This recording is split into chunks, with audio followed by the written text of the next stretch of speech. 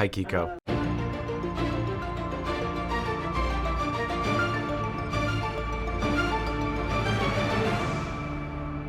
Thank you for taking the time. Thank you. My pleasure. Hey, how you doing? Nice to meet you.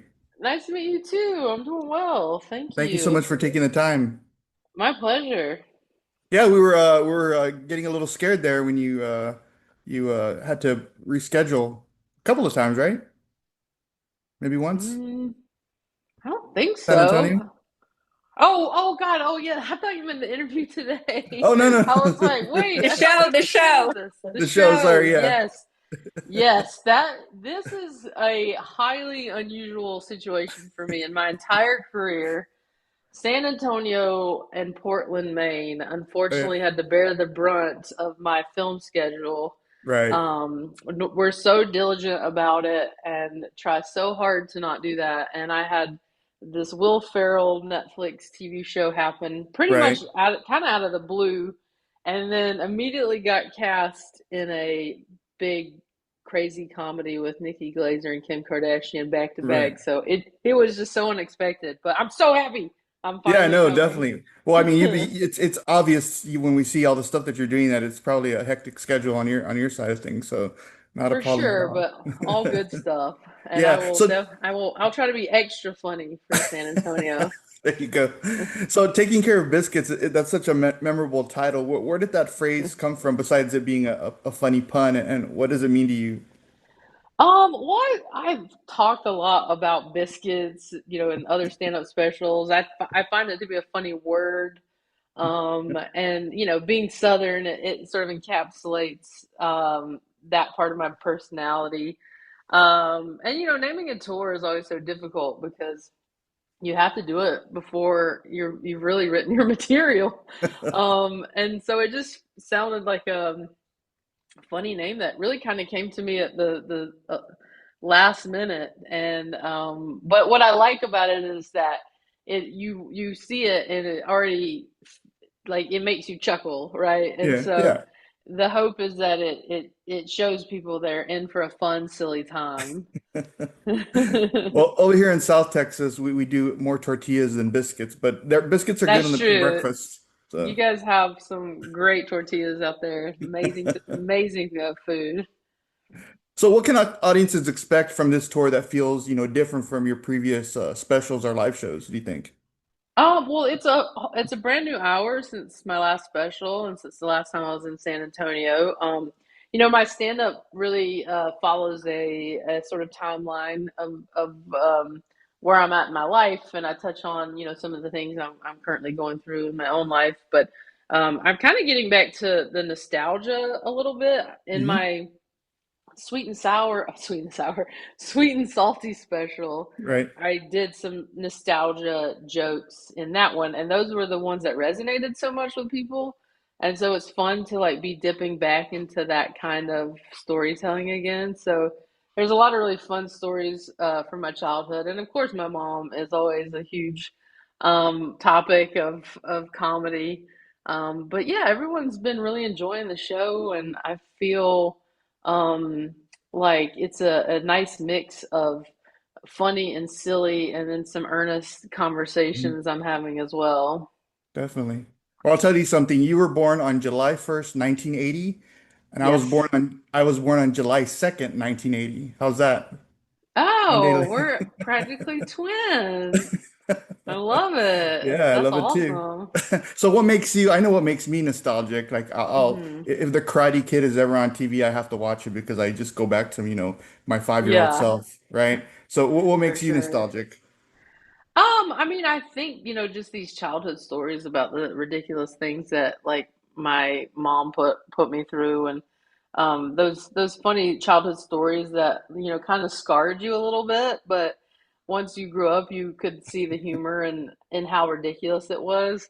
So I like those kind of stories where it's like, I can't believe that happened to you, but it also sort of makes sense that, oh, I also understand why you became a comedian, because that kind of silly, ridiculous thing was happening in your childhood over and over again. And part of that is a byproduct of having a very quirky, eccentric mother. Yeah. Definitely. So you build your career on being, incredibly relatable. We see it all the time on your specials and on the things you do. Do you ever find yourself holding anything back, or is everything fair game to you as a stand-up? I mean, I hold back some in Mm. that, like, well, I guess before I didn't hold back as much. I kind of just talked about everything as far as my life, and then I think going through some of the personal things I'm going through currently, Right. I haven't really decided what I want to how much of that I want to share, Right. which is very new for me because I was a pretty open book while I was like in my relationship, and now, I'm going through those changes, and then my mom's going through some health stuff. It's hard Right. to know like when to be funny and when it's like also these other difficult things are happening. My comedy's always been very light and Right. um like an escape for people, so it's kind of weird to be like, and also here's this other hard thing.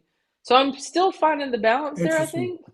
And I think that will continue to evolve until the end of the tour, truth be told. I think as I go through my own personal journey, that as I evolve with it, my material will sort of, where I need to go with that will sort of come to light more. Right. Yeah, I think all comedians are different. If you're going through something really personal, some of them are able to talk about it right away, and others, give me a Mm. few years to, process Hmm. everything. Do you think you're the second type? Yeah, for sure. I'm somebody that like needs to be away from a situation Right. to be able to like a lot of the stories I tell currently from my way past, I've had time to process and see the humor in it. But if you look at some of the stories, there were difficult things happening in those Right. stories, but I'm so far removed from them that it feels very light. Hmm. When you're like literally in the middle of it, it's very hard to see what your perspective is of it, Yeah. if that Looking makes back at your, sense. yeah, no, definitely. Looking back at your groundings days, what is something about your comedic voice that you think has just completely changed or has evolved over those years back? Oh gosh, I mean, I wish I could have performed at the Groundlings with the skill set I have now. But that's the place where you go to learn and grow, and so it's sort of meant to be the training ground there. But I look back at those times and think like how green I was as a performer. It was I feel like I would be such a stronger performer now, but that's just from experience and time and doing this job over and over again. But it provided such a huge jumping off point for me. Like Yeah. I learned everything I know about acting and comedy started there. I mean, Right. that was the place that really gave me my toolbox. So I think very fondly of that time in my life and that I got to train there for like 6 years with some of the funniest people ever. It's pretty cool to have that uh, experience behind me because it's helped me so much tremendously in my current career. Definitely. I read that you're a big Carol Burnett fan. I've actually interviewed her a Hmm. few times over the years. Oh, She's originally from nice. she's originally from San Antonio. I didn't know if you knew that. That's right. I forgot Um, that. She grew up there, but then moved to Hollywood to live with her grandmother at a young age, I yeah, so believe. I'm not sure if you knew too that her childhood home is still erect near downtown San Antonio. Oh, And really? if you go Hmm. there, I think it's like a nonprofit now but if you go in there, you can still see the marks that she made with her roller skates inside the house. She always tells that Oh, story. that's when you know you're a legend, when your childhood home is now a historic landmark. That's amazing. Well, Yeah, she's incredible. Yeah, I grew up watching reruns of her show with my grandmother. So I just sort of I didn't realize that I was like really soaking in her essence. yeah, Um, and if I could, be a tenth uh, of the talent she is, like what a blessing that would yeah. be. You've had such a unique path in in your career from journalism to stand up. How did your time as an entertainment journalist influence your perspective on this entire industry? I think it was a really cool way to start my career in LA. I never set out to be a journalist. It was a job that honestly just kind of fell into my lap. And I grew up with a mother who was a teacher, so she really instilled grammar in me in a very young age. So it was like we would play like grammar games in the car. Like what's a preposition? What's an interjection? Conjunction? And so I just fell into it very naturally. But what was so wonderful about it is that so I did that for about 7 years, and it allowed me to pay my bills, have a job. But it was a 9 to 5, and I got to at 5 o'clock, step away from work and go to the Groundlings, go to the Comedy Store, and it allowed me to keep my head above water while also pursuing my dream. But what it did as far as the job itself, it was really cool because I got to interview Yeah. so many people. I got to go to all these events. I have the most incredible experiences with, a lot of legends, some who've passed, and people I admired for a long time. I got to see like how the business works from an adjacent perspective, and I did see like the importance of press, and it's a mutually beneficial relationship, and just the importance of like everyone's part in this business Yeah. makes the whole salad. Who was your favorite interview over those years?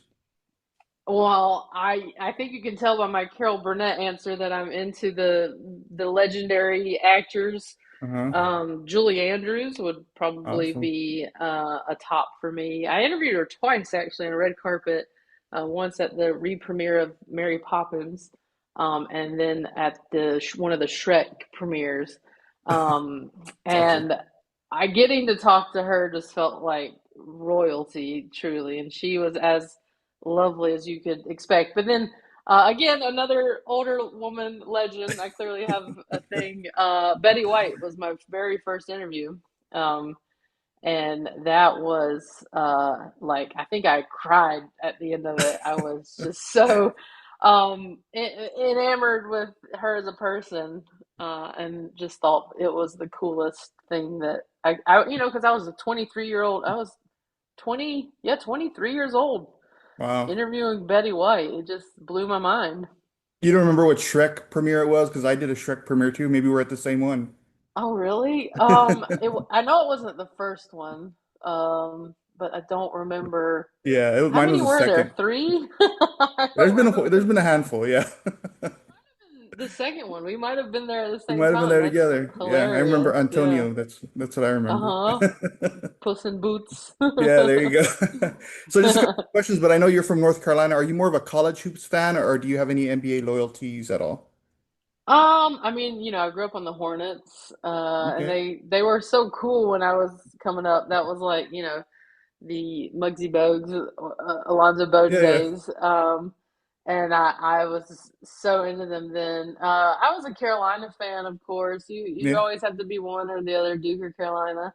And now I don't really follow it as much, but yeah, North Carolina is such a huge basketball state that Right. it's just you always, even if you don't follow a season, you tune in and you start rooting for the team immediately. Right. Right away, right. Are you worried at Yeah. all that you're competing against the Spurs the night of your Oh show? no, I didn't realize that I was. It's on Listen, at this Sunday. point, whatever night I get, There I'm you go. coming. It's happening. So, Yeah, it's if a you know, first playoff series in 6 seasons.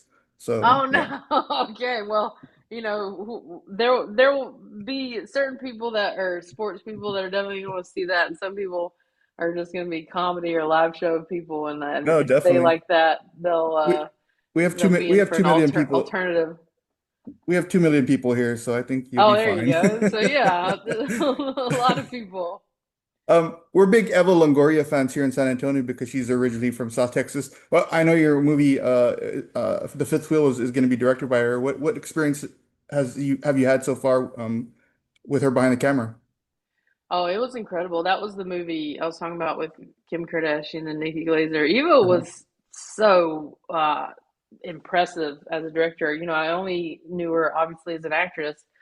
And I think I realized during this process how funny she is. She really gets comedy. I mean, Desperate Housewives was very funny, but you still kind of think of it like a dramedy. But Nikki and I would always comment on how she gets the joke and she gets timing. And she had to have been one of the most prepared directors I've ever worked with. I Hmm. mean, it was wild, um, like how on top of things she was. So some of our days moved so quickly, we couldn't believe how much we got to in a day. But she just always knew, and she was very decisive. She knew exactly what she wanted, which is very impressive too. Sometimes everyone's sitting around talking, trying to decide, and she's like, "Nope, that." She's like, but she's also like fixing your hair and your costume while giving you notes, talking about lighting. She Yeah, killed it. that's awesome. Now that you're doing more movies, is there a dream role out there that you would like to take on? I mean, could you see yourself in a superhero movie playing a villain or a actual superhero? I mean, listen, I never expected to do the action series Fubar with Arnold, so Right. that was a twist in my career I didn't see coming. So I'm certainly open to any other twist that comes. My hope would be at some point to get to film a movie that I've written. Yeah. That's been always my biggest next goal. But those are, that's just such a long process and takes a very long journey to see it to fruition. But I'm trying my best to get something made because as a writer, that's your dream to get to Yeah. see something from the ground floor up. That's awesome. I'm sure it'll happen for you, Fortune. And again, Oh, thanks. congratulations on your tour. And we can't wait to see you here in San Antonio in a few days. I appreciate it. Thank you for talking to me. I promise to make it up to all the lovely San Antonio folks. We will have such a fun, funny night that they will be hopefully glad that the wait was worth it.